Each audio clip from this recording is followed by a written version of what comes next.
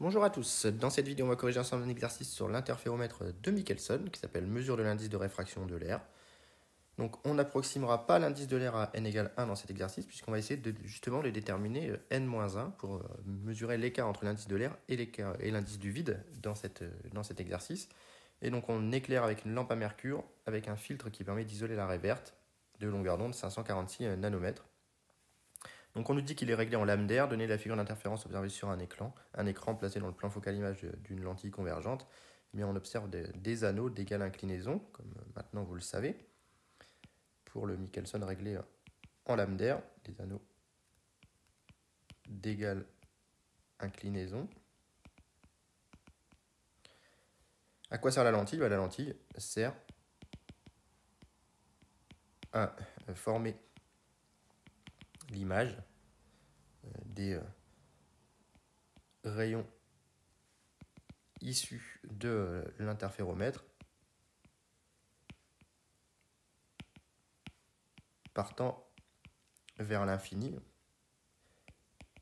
On a normalement des interférences, comme vous le savez, qui sont délocalisées à l'infini. Donc pour les observer, on utilise une lentille convergente et un écran placé dans le plan focal image, ce qui permet d'observer les interférences. Donc on veut régler l'appareil au contact optique. Donc le contact optique, le but c'est d'observer une teinte plate, donc il faut translater un miroir jusqu'à avoir petit e égale 0. Et donc comment savoir dans quel sens? Eh bien, quel est l'aspect de l'éclairement sur l'écran une fois ce réglage réalisé? Il faut se rappeler que on diminue petit e lorsque les anneaux ont tendance à rentrer vers l'intérieur de l'écran.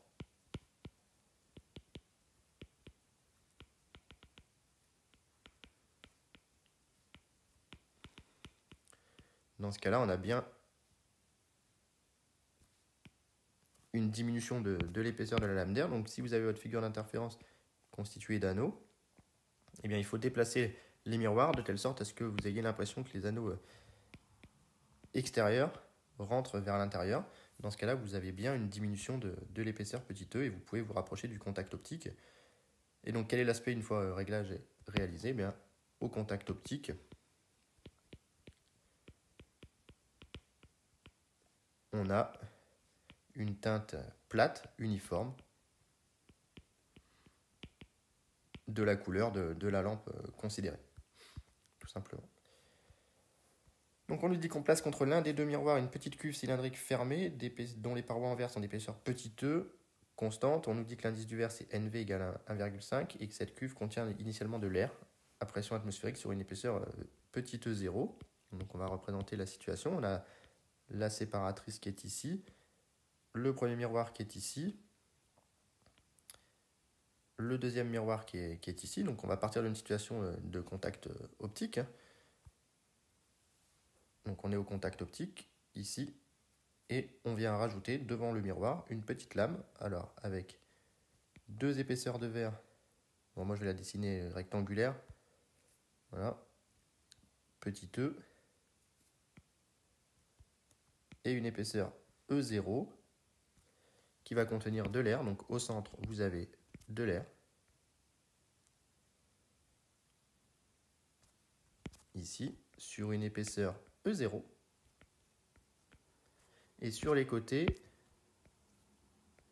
vous avez du verre sur une épaisseur petit e, et ce, deux fois, ici. Donc on me demande que vaut la différence de marche delta. Eh bien ici, un rayon lumineux, je vais peut-être pas le faire en orange, on ne le voit pas bien. Le rayon lumineux doit traverser cette lame par rapport au cas précédent. Donc on avait delta égale 0, et bien avec la lame, delta prime, on a rajouté deux traversées d'épaisseur de verre, deux fois à cause de l'aller-retour, donc ça fait 4 NE moins 4 petit e. Ça c'est On n'a plus besoin de la traverser dans l'air, par contre, ici. Et on a la même chose pour le E0, qui est parcouru dans l'air. Donc le E0, lui, ça ne change pas, il est parcouru dans l'air, il est parcouru aussi dans l'air dans l'autre bras du Michelson, donc ça fait directement 4n vers ici, petit e, moins 4nr petit e, ce qui fait 4n vers moins n petit e, d'après les notations de l'énoncé. L'indice de l'air est noté petit n, ici à ne pas confondre avec 1. Et donc on a un delta qui vaut 4 fois n vers moins n fois petit e, ici.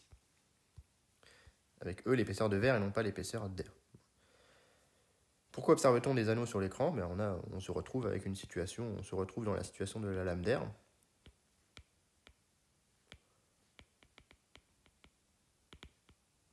Donc on voit de nouveau apparaître des anneaux. Simplement, au lieu d'avoir delta égale 2e au centre de la figure d'interférence, on a delta égale 4 fois nv moins ne au centre de la figure d'interférence. Très bien. Quelle doit être la propriété de cohérence temporelle de la source pour que les interférences restent visibles en présence de cette cuve? Donner une valeur minimale de la longueur de cohérence temporelle. Mais ici, on sait qu'on n'a pas brouillage tant que, résultat très important, il faut que delta reste plus petit que la longueur de cohérence temporelle. Donc autrement dit, il faut ici que 4 fois n vers moins n fois petit e soit plus petit que la longueur de cohérence temporelle. Donc la longueur de cohérence temporelle minimale, c'est 4 fois n vers moins n fois petit e. Et donc ici, pour faire l'application numérique, je vais prendre comme indice de l'air environ 1 pour obtenir un résultat numérique. Donc ça fait 4 fois n vers qui est 1,5 moins 1 fois petit e, l'épaisseur c'est 0,5 mm. Et donc on tombe sur 1 mm de longueur cohérence minimale. Et donc on peut en déduire ici une valeur minimale de la largeur delta lambda correspondante. Un delta lambda, on sait que c'est lambda 0 carré sur la longueur de cohérence. Et donc avec lambda 0 qui vaut ici 546,1, donc 546,1 nanomètres au carré, divisé par ce qu'on vient de trouver. Et on tombe sur 0,3 nanomètres, comme delta lambda. Donc voilà pour cette question numéro 3. Alors maintenant, on nous dit qu'on translate le miroir devant lequel on a placé la cuve de manière à faire défiler les anneaux vers l'intérieur jusqu'à obtenir un éclairement homogène. Que vaut la nouvelle différence de marge delta? De quelle distance petit x a-t-on translaté le miroir? Mais ici, évidemment, on veut réatteindre delta égale 0.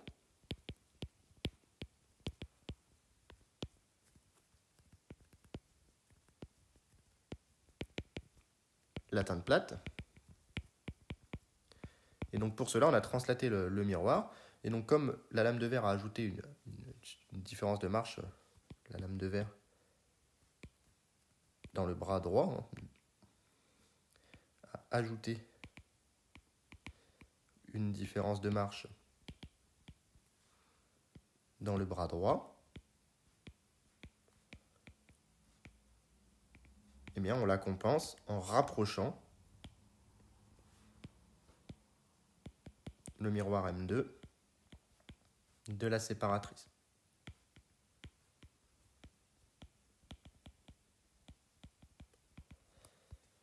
Donc ici, si j'appelle M1 ici et M2 ici, je vais donc rapprocher le miroir M2 de la séparatrice et on va le rapprocher d'une distance petit x que l'on cherche à calculer.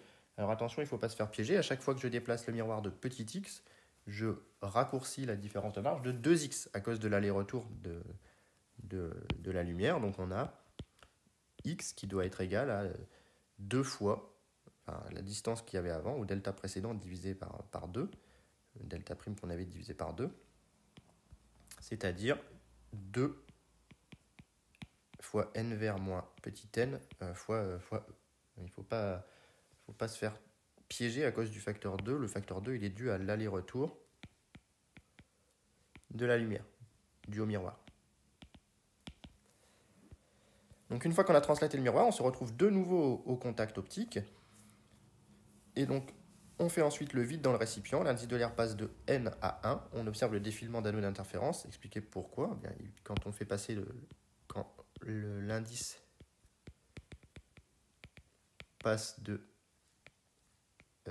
petit n à 1, eh bien, on réduit la différence de marche.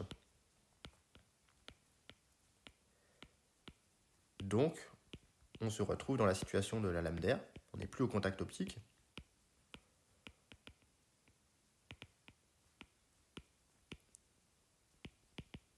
Donc, on observe des anneaux.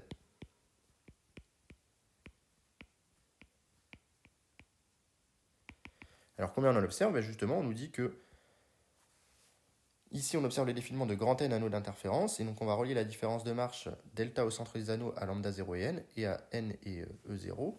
Et bien justement, au départ, on avait au centre, on a l'anneau d'ordre 0. C'est la teinte plate. Et donc, après l'opération, on a au centre l'anneau d'ordre grand N. On a observé grand N anneaux défilés au centre de la figure d'interférence. Et donc, on nous demande de déterminer le lien entre delta, la différence de marche au centre des anneaux, dans cette situation. Bien, si on a fait défiler 50 anneaux, c'est que delta est égal à n fois lambda 0, du moins en valeur absolue, ici, puisqu'en fait, on a diminué delta par le fait qu'on a passé d'un indice qui valait n au départ ensuite à 1. Et donc, ce n lambda 0, quel est son changement? Il est dû au fait que maintenant, on ne traverse plus de l'air, mais du vide. Et donc, on doit simplement avoir, encore une fois, le 2 à cause de l'aller-retour, fois le n de l'air, moins le n du vide, fois l'épaisseur d'air. Donc ça, c'est l'aller-retour. Ça veut dire qu'on remplace de l'air par du vide.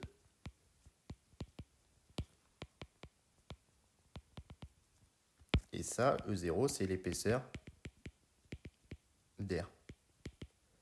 Donc ça nous permet de déduire que n lambda 0 est égal à 2 fois n-1 fois E0. Autrement dit, n-1 est égal à n lambda 0 sur 2 fois E0. Voilà, quelque chose de très précis ici. En faisant changer la pression dans la cuve, on a fait défiler les anneaux, et en comptant exactement combien d'anneaux ont défilé, et en reliant ça à la différence de marche due à la manière dont on a fait le vide dans la cuve, on est capable de déterminer l'indice de l'air. Et donc justement, on nous demande de déterminer n-1 et de faire l'application numérique. Donc on va le faire. Donc je vais simplement copier la question pour avoir les valeurs numériques un petit peu plus proches de moi.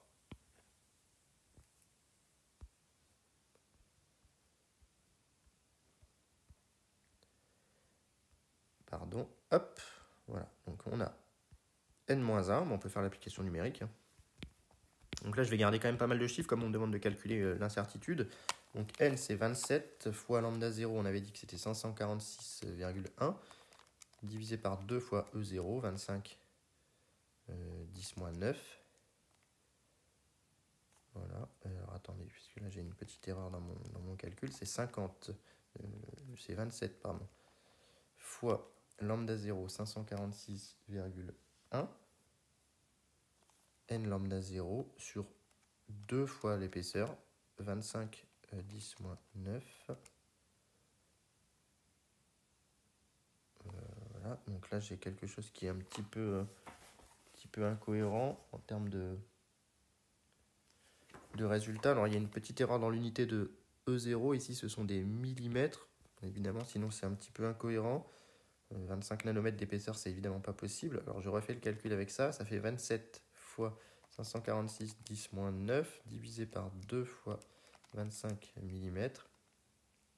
Voilà, et là je tombe sur 2,9 fois 10 moins 4, donc 0,00029 484. Donc, pardon pour cette petite erreur, on me demande de calculer U de n-1, mais ici on a une loi de produit.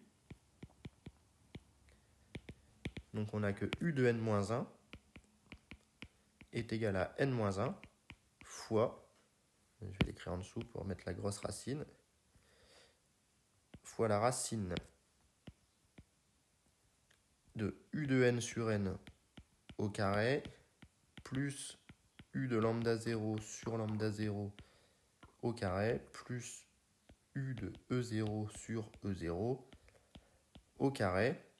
Et donc si on fait le calcul, ça fait racine de 0,5 sur 27 au carré plus 0,1 sur 546,1 au carré plus 0,1 sur 25 au carré. Et donc on tombe sur 5,6. On va prendre deux chiffres significatifs, fois 10 moins 6, comme incertitude sur n-1.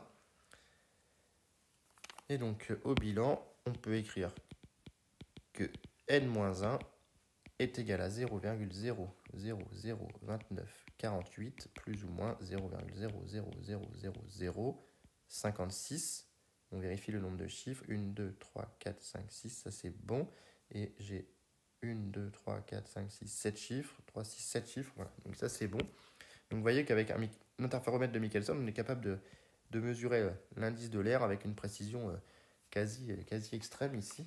Donc c'est vraiment une expérience remarquable que l'on a réalisé ici. Donc voilà pour la correction de cet exercice, assez intéressant, avec pas mal de petites choses pour le Michelson réglé en lambda. Donc j'espère que la correction était claire, qu'elle vous a plu, et s'il y a des questions, mettez-les en commentaire.